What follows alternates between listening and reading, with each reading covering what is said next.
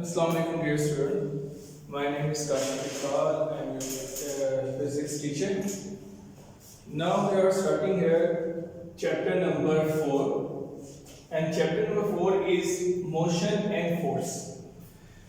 देखिए dear students, अगर हमने चैप्टर के नेम से हमें पता चल रहा है मोशन एंड फोर्स, मोशन हमने चैप्टर नंबर 3 में ऑलरेडी डिस्कस की है, ठीक है। तो हम यहाँ पे डिस्कस करेंगे फोर्स, और ये फोर्स से रिलेटेड ही चैप्टर है। तो फोर्स की डेफिनेशन को हम रीड करते हैं। Force is an agent which changes और tends to change the state of rest और of motion of a body. अब यानी कि इस डेफिनेशन के लगाया जाए, फोर्स एक एजेंट है। एजेंट क्या काम करते हैं? एजेंट का कोई ना कोई काम होता है ना। उसका काम ये है कि व्हिच चेंजेस और tends to change the state of rest और मोशन। ये एजेंट ये काम करता है, कोई बॉडी जो रेस्ट की हालत में है तो उसको मूव करवाता है, और अगर कोई बॉडी मूविंग की हालत में मूव कर रही है तो उसको स्टॉप करता है, यानी कि रेस्ट की हालत में लेके आता है।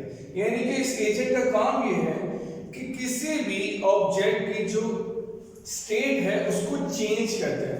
यानी कि अगर वो मूव कर रहा है तो उसको स्टॉप करने के लिए काम करते हैं, अगर वो स्टॉप है उसको मूव करने के लिए काम करता है।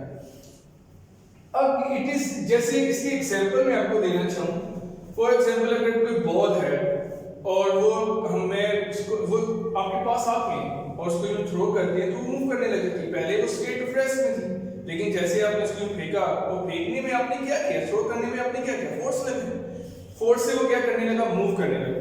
और फॉर एग्जांपल अगर आपका कोई भाई दूसरी तरफ से बॉल फेंकता है, वो मूविंग की हालत में, आप उसको कैच कर लेते हैं तो वो स्टॉप हो जाता है। तो यानी कि उसकी मूविंग कंडीशन को आपने फोर्स के जरिए आपने उसको स्टॉप कर दिया, तो वो किस कंडीशन में आ गई, नेक्स्ट स्टेट में, रेस्ट में आ गया। यानी कि फोर्स एक एजेंट था जिसने आपकी मूविंग ऑब्जेक्ट को रेस्ट में ले गया है, और रेस्ट की जो हालत थी उसको आपने मूविंग कंडीशन में लेके आया। अब फोर्स के डिफरेंट है। आप जैसे कोई चीज है, कोई चेयर है, उसको आप फोर्स लगाते हैं तो वो मूव करने लग जाती है। ये भी एग्जांपल है, ठीक है। और फोर्स है क्या? फोर्स एक वेक्टर क्वांटिटी है। फोर्स की डायरेक्शन होती है, लाजमी बात हमें नजर आता है कि जब हम किसी चेयर को फोर्स लगाते हैं तो वो मूव करने लग जाती है, और उसकी डायरेक्शन वही होती है उस चेयर की जो आपकी फोर्स की डायरेक्शन होती है। अगर आप फॉरवर्ड की तरफ फोर्स लगा रहे हैं तो चेयर भी फॉरवर्ड मूव करेगी, क्योंकि जो डायरेक्शन फोर्स की है वही डायरेक्शन चेयर की होगी, ठीक है। तो फोर्स एक वेक्टर क्वांटिटी है, और इसका जो ऐसे यूनिट है वो न्यूटन है, ठीक है। न्यूटन साइंटिस्ट का नेम है, ये आप लोगों को पता है। और इसका मैथमेटिकल फार्मूला जो है F = ma है, ठीक है। अब ये फार्मूला भी डेरिवेशन में आप सीखेंगे अभी नेक्स्ट जो मैं लॉज आपको जो पढ़ाऊंगा, उन लॉज के अंदर आपको इसकी डेरिवेशन भी मैं आपको बताऊंगा। नाउ देखिए डियर स्टूडेंट्स, हम लॉज ऑफ मोशन पढ़ते हैं इस चैप्टर में, जो बहुत ज्यादा इंपॉर्टेंट है एग्जाम्स के पॉइंट ऑफ व्यू से।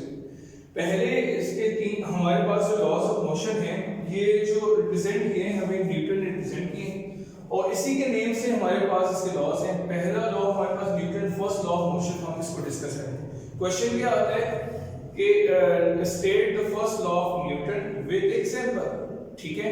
तो हम सबसे पहले इसकी स्टेटमेंट देखते हैं कि इसने स्टेटमेंट क्या दी थी, क्या बताया था first law of motion, Newton ने फर्स्ट लॉ ऑफ मोशन में। Every object continues it's state of rest.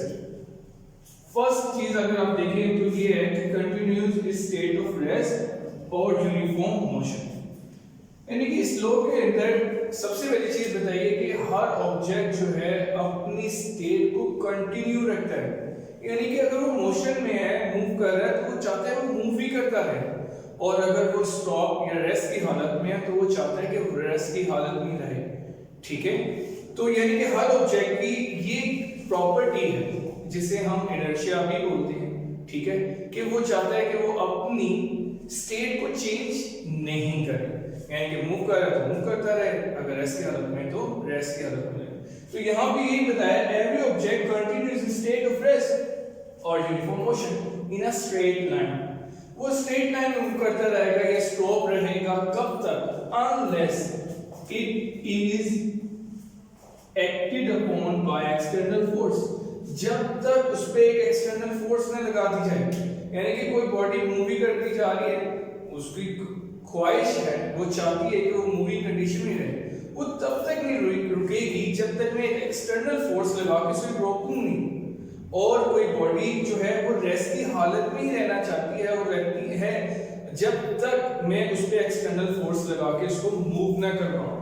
ठीक है, तो फर्स्ट लॉ ऑफ न्यूटन जो है वो यही बताता है कि कोई भी ऑब्जेक्ट जो मूव करना चाहता है वो मूवी कर रहा होता है जब तक हम उसे रोके नहीं, और जो रुका ही रहता है वो ऑब्जेक्ट या रेस्ट की हालत में रहता है जब तक हम दूसरी फोर्स लगा के उसे मूव ना करवा दें। तो यही यहाँ पे मैं आपको डिस्कस करूंगा। Every object continues in state of rest और of uniform motion in a straight line unless it is acted upon by an external force which changes its state of rest or uniform motion, जो कि इसकी state of rest और uniform motion से जो है change हो जाता है, यानी कि which changes its state of rest और uniform motion, यानी कि अगर रेस्ट में मूव करेगा, मूव कर रहा है तो स्टॉप हो जाएगा। अब इसकी एग्जांपल मैं आपको एक और देता हूँ। फॉर एग्जांपल अगर हम कार को ड्राइव कर रहे हैं तो कार जो है वो मूव करती जा रही है जब तक वो रुकेगी नहीं, जब तक मैं ब्रेक्स की फोर्स अप्लाई नहीं करूंगा। जैसे मैं ब्रेक अप्लाई करूंगा वो रुक जाएगी, ठीक है, और वो रुकी रहेगी तब तक जब तक मैं एक्सेलरेशन की फोर्स यानी कि उसको मूव करवाने के लिए फोर्स ना लगाऊं, और जब मैं फोर्स लगाऊं तो मूव करने लग जाएगी। तो यही है फर्स्ट लॉ ऑफ मोशन कि कोई भी ऑब्जेक्ट जो है वो जो मूव कर रहा होता है उसकी ख्वाहिश होती है कि वो मूव ही करता रहे, वो रुकता नहीं है जब तक हम एक्सटर्नल फोर्स ना लगाएं। और इसी तरह कोई ऑब्जेक्ट मूव ही नहीं करता जब तक हम उसे फोर्स लगा के रेस्ट की हालत से मूव की तरफ लेके ना जाए। देखिए सेकंड लॉ ऑफ मोशन, हम न्यूटन का second law of motion read करते हैं, ठीक है। तो इससे मुताबिक जो क्वेश्चन आता है ये बहुत इंपॉर्टेंट है, मैंने अभी पहले भी आपको बताया न्यूटन्स लॉज ऑफ मोशन, ठीक है। तो आज हम सेकंड लॉ ऑफ मोशन पढ़ेंगे और ये सेकंड लॉ ऑफ मोशन ज्यादा इंपॉर्टेंट है तीनों लॉज के लिए। और इसके सबसे पहले हम क्वेश्चन ये आता है state the second law of motion, और डेरिवेशन आती है F इक्वल टू ma। पहले हम स्टेटमेंट पढ़ते हैं, बाद में इसकी डेरिवेशन करेंगे बेटा। देखिए स्टेटमेंट क्या है, if a force acted upon a body it produces acceleration in the direction of force. अब मैंने ये जो लाइन अंडरलाइन की है इसके अंदर आप देखें तो ये है कि पहली चीज क्या है, force acted upon a body it produces acceleration in direction of force. यानी कि इसका मतलब ये है कि किसी भी बॉडी पर अगर हम फोर्स लगाएं तो उसमें एक्सेलरेशन प्रोड्यूस होता है। फॉर एग्जांपल मैं चेयर पे फोर्स लगाऊंगा तो चेयर मूव करेगी, जब चेयर मूव करेगी ऑब्वियसली बाद उसमें डायरेक्शन एक्सेलरेशन प्रोड्यूस होगा।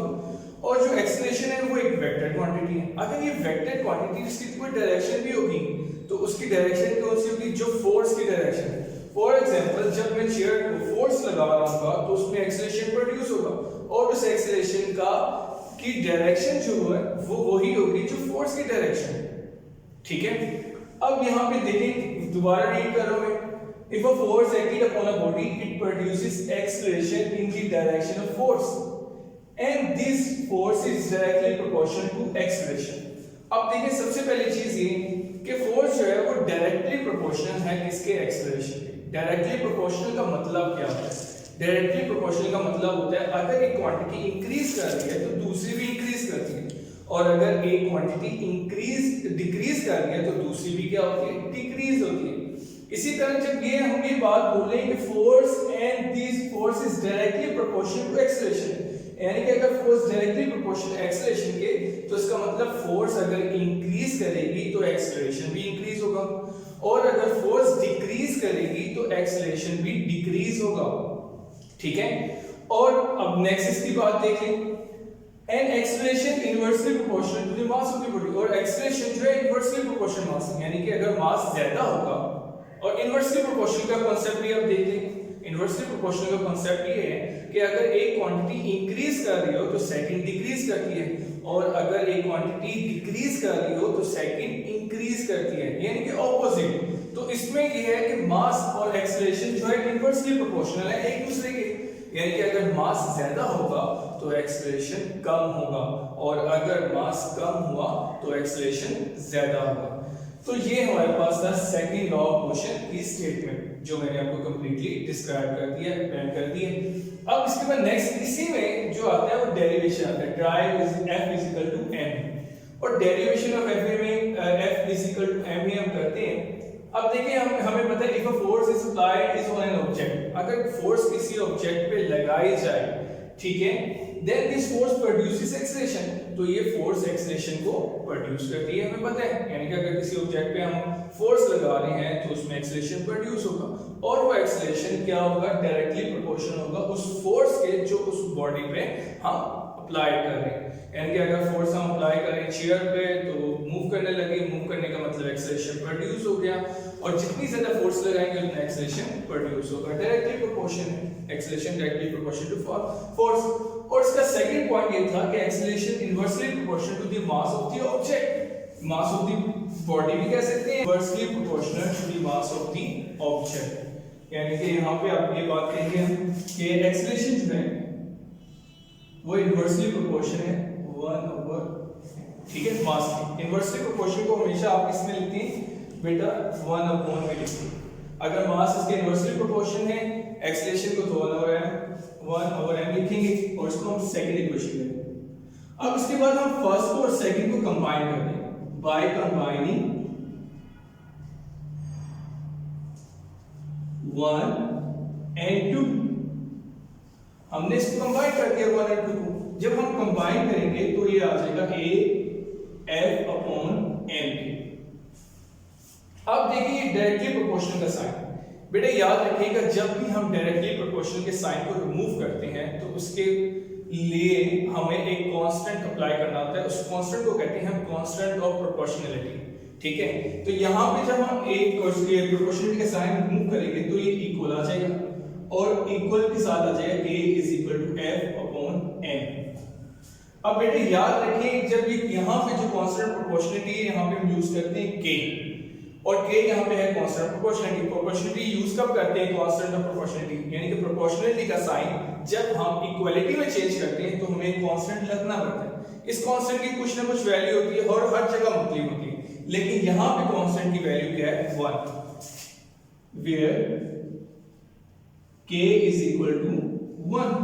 और जब हम यहाँ पे k is equal to 1 apply करेंगे तो हमारे पास यहाँ पे अगर आप देखें तो ये बन जाएगा a is equal to 1 F/m। तो ये a आ जाएगा F/m, और F इज इक्वल टू आ जाएगा ma। तो ये कंप्लीट डेरिवेशन थी F is equal to ma की, और मैं होप करता हूँ कि ये आपको समझ आई होगी, और इसमें जो है second law of motion, first law of motion की स्टेटमेंट को आप अच्छी तरीके से करेंगे और डेरिवेशन के बारे में प्रैक्टिस करेंगे। अब नेक्स्ट हम जब स्टार्ट करेंगे तो Newton third law of motion से स्टार्ट करेंगे। आई होप मैं आपको जो है समझाया वो आपको अच्छे तरीके से समझ आया होगा, और जो है आप अच्छे से इसकी प्रैक्टिस भी करेंगे। नेक्स्ट लेक्चर में हम न्यूटन का थर्ड लॉ ऑफ मोशन पढ़ेंगे।